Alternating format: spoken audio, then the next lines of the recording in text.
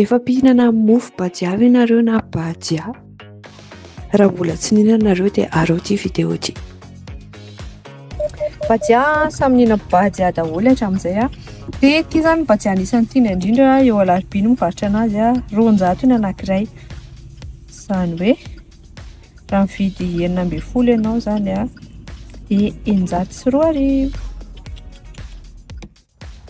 Hoana tsika ilay bajia lolo? Voky? Misy tiana io?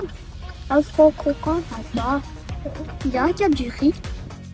Anisan'ny tena tianay ankoatran'ny mofo sakay sy ny mofo akondro ny mofo bajia satria tena mikarepoka be ilay eo avelany dia ilay ao anatiny moelle tsara dia tena mampitahinana be.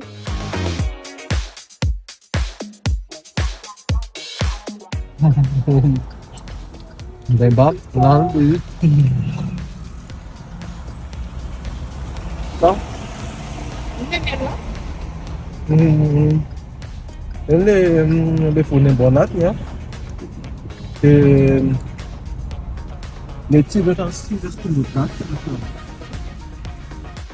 Raha manao goûter zany na misy vahiny indrindra fa olona avy any ivelany dia ny bajia anisan'ny tena hoe tsara be indrindra rehefa ilay hoe mbola mafana iny izy